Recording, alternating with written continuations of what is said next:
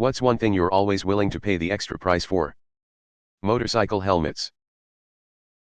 You don't need the most expensive helmet, but you should pay what it takes to get something with a decent certification, SNEL *, ECE, FIM, and not just .. Some technologies like MIPS are also well worth the extra spend. * maybe. Anything I'll use for years. Like computer or clothes. Winter tires or tires in general. Edit.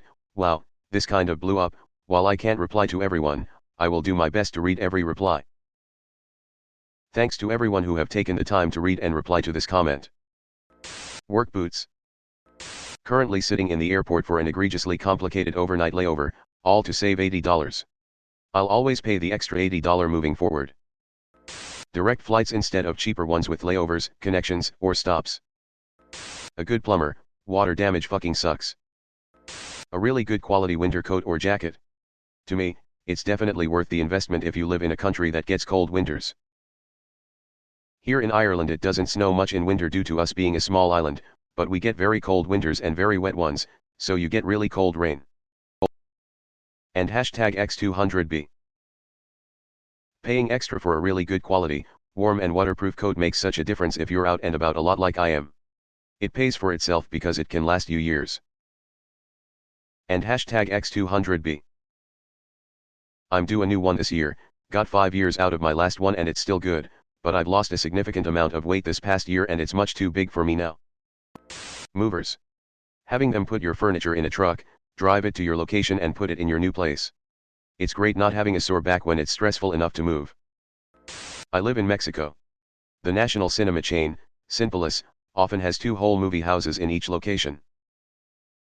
One is your standard, run-of-the-mill movie theater with 30 rows of stadium seating, while the other theater is Cinépolis VIP, which features reclining leather seats, USB charging ports, heated seats, around 30 seats total, and table service, food and alcohol. Reminds me of Alamo Drafthouse cinemas in the USA, but these are nicer in my opinion. Husband and I always pay the extra pesos for the VIP theater for comfort, plus there are rarely issues with other patrons who also pay for the VIP theater, quiet people who really want to see the movie and won't be chatting or constantly getting out of their seats through the entire movie. The price difference between the 2 theaters really isn't that much, so it's a small thing we always pay for. Good pots and pans. Like real heavy-duty stuff. I've got some pretty decent stainless steel, but by far my favorites are always my Le Creuset stuff. I only have 4 pieces and I always found them on sale. I just make jambalaya in my Dutch oven last night. She was tasty. Tools.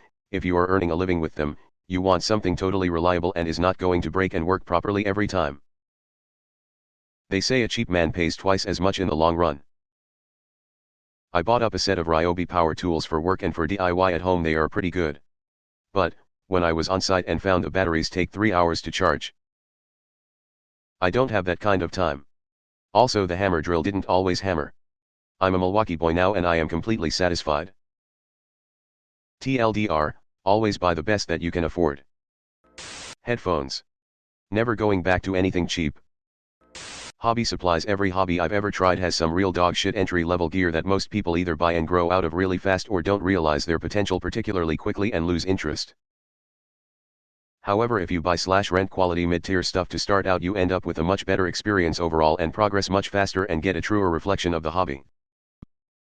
This is true for musical instruments, archery, longboarding, sailing, fishing, painting, brewing, gaming.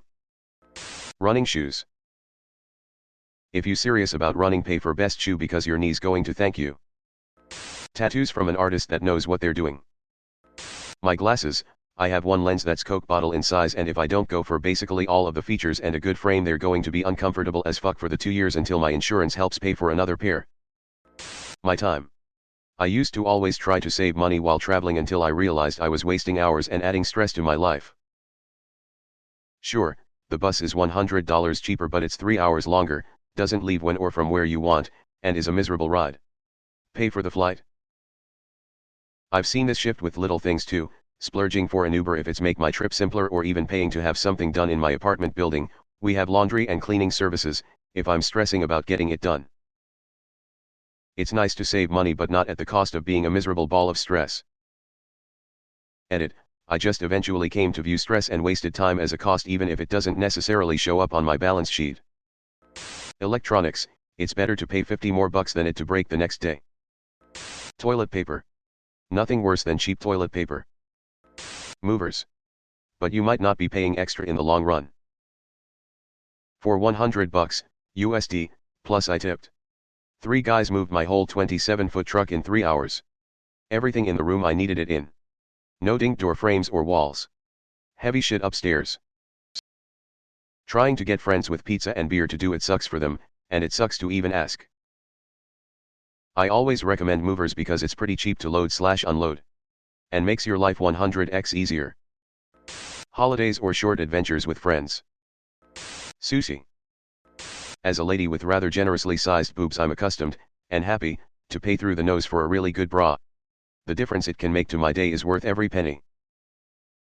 /r/a bra that fits and /r/big boob problems for any others out there. Quality headphones.